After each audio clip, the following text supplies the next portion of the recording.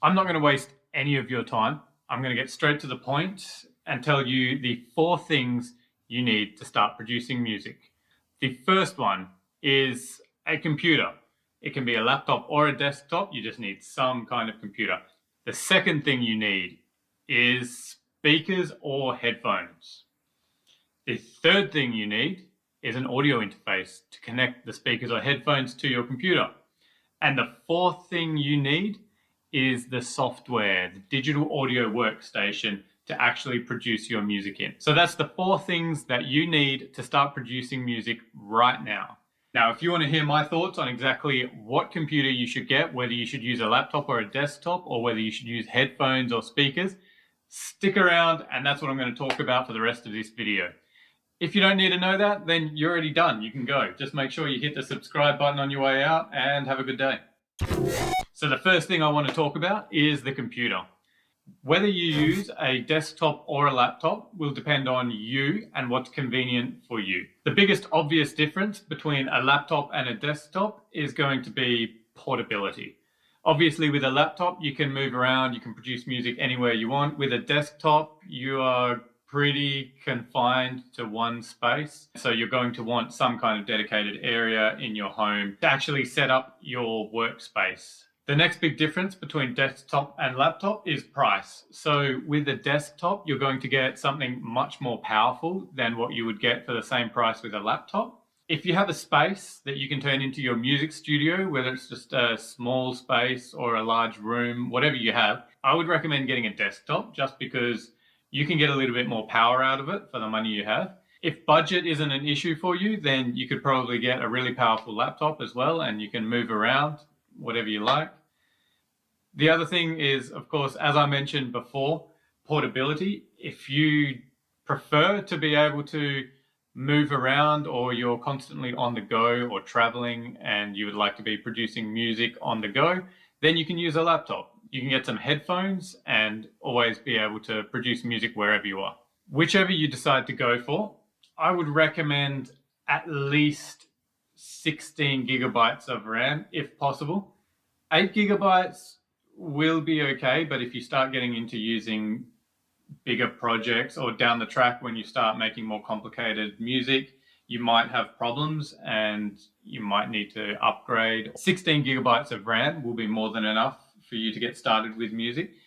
If you can get anything more than that, then that's a bonus. In my computer behind me, I have 32 gigabytes of RAM, and that's more than what I ever need. I could probably get by with 16 gigabytes of RAM for most of my projects, and I don't think I would run into any issues. The next thing I want to talk about is the big debate: Windows or Mac.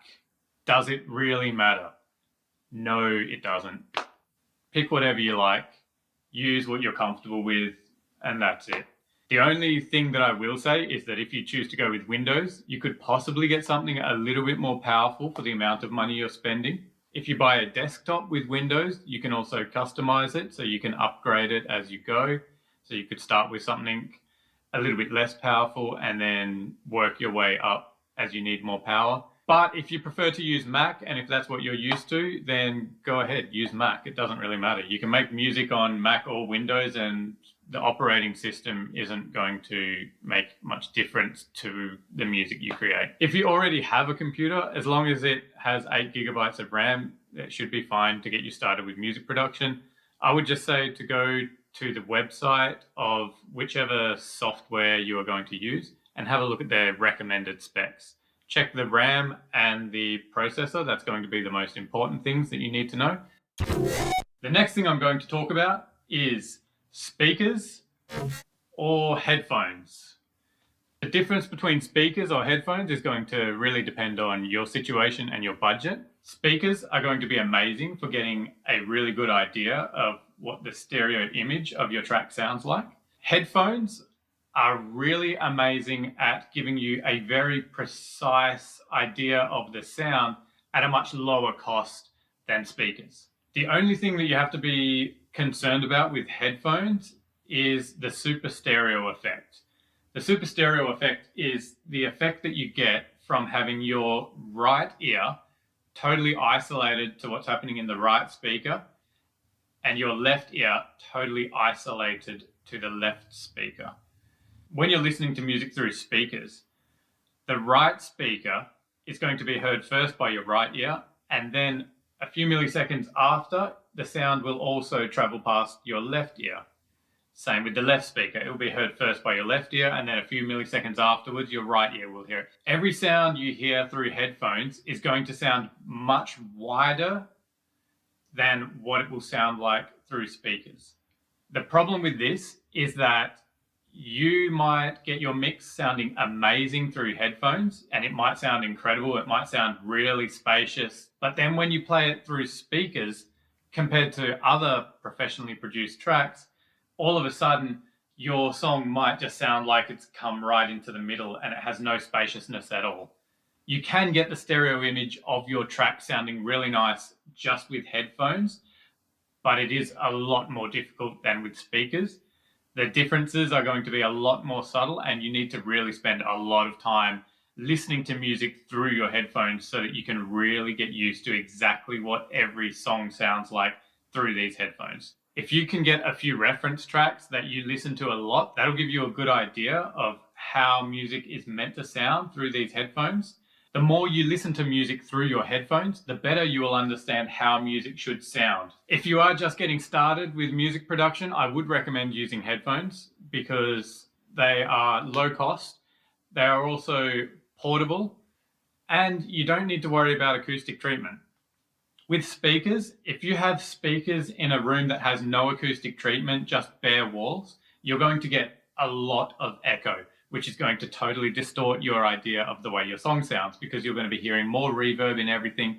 You're going to be hearing early reflections from all of the sound. You're going to have phase issues and all kinds of other problems that are going to come up because of the way the sound through the speakers interacts with the room around you.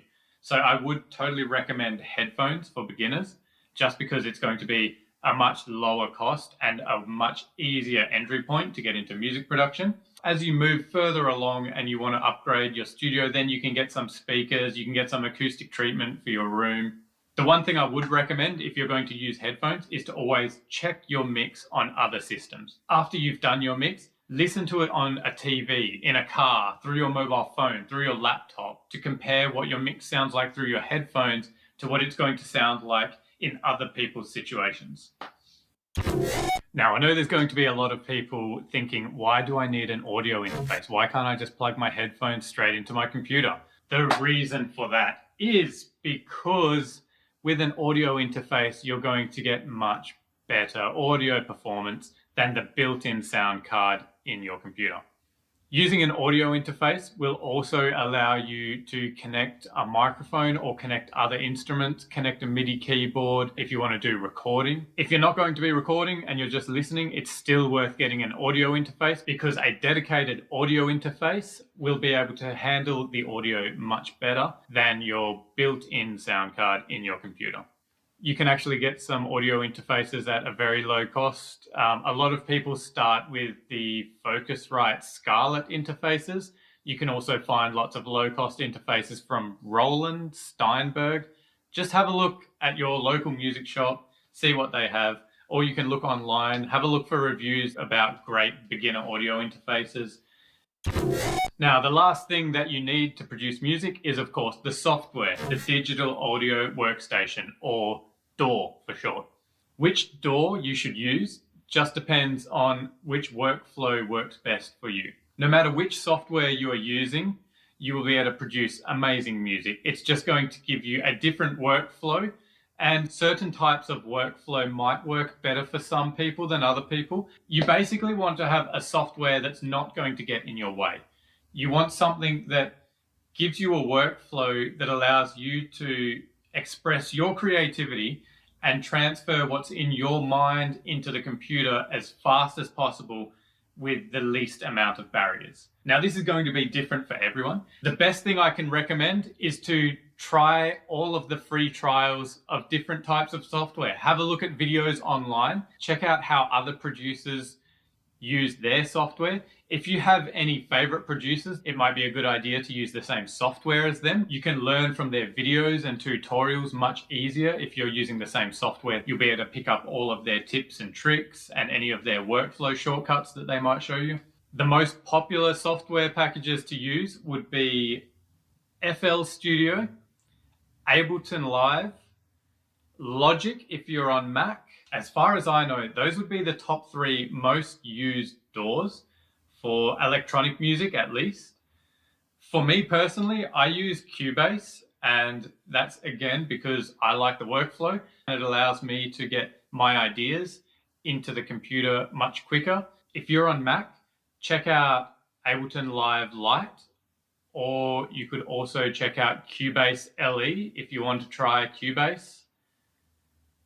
If you're on Windows, again, you could try Ableton Live Lite or Cubase LE, or you could also try Cakewalk by BandLab, which is actually a fully featured DAW that used to be paid software, which was recently bought by BandLab, and BandLab have made it totally free.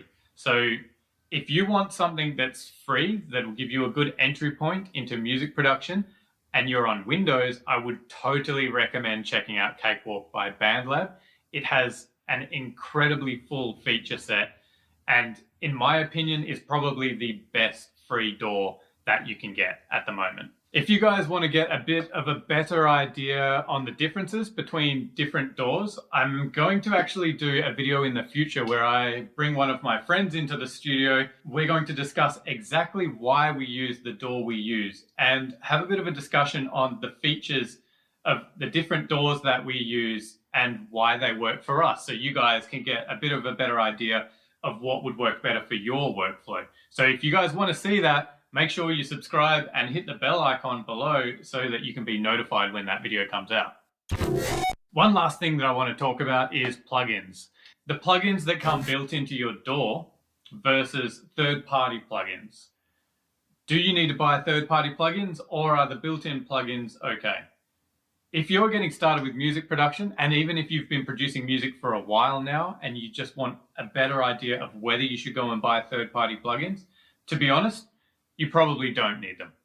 The built-in plugins in most modern DAWs are incredible. You can make a completely professional track just using built-in plugins, and a lot of professional producers do use the built-in plugins in many situations. The only time that you would need to get third-party plugins is if you're specifically looking for certain features that your DAW doesn't have with the built-in plugins, or if you're looking for certain sound characteristics that come from that plugin. If you're just getting started though, I think it would be better to stick with the built-in plugins and get to really learn those first. Okay guys, that's it for today's video. I hope this has been helpful for you. I hope you guys learned something today, and if you did, please help me out and hit that like and subscribe button down below, along with the bell icon. Smash all of them and help me get to 100 subscribers. That would be amazing. And as you can see, I've also got some brand new merch right here, which is not yet available, but it will be available very soon. If you're following me on Instagram, then you'll be able to find out exactly when it is available in the next few weeks. Thanks again for joining me in this video, and it's time for me to get back to working on my new track. So have a great week, guys, and I look forward to seeing you again soon. I'm out. Everybody get down.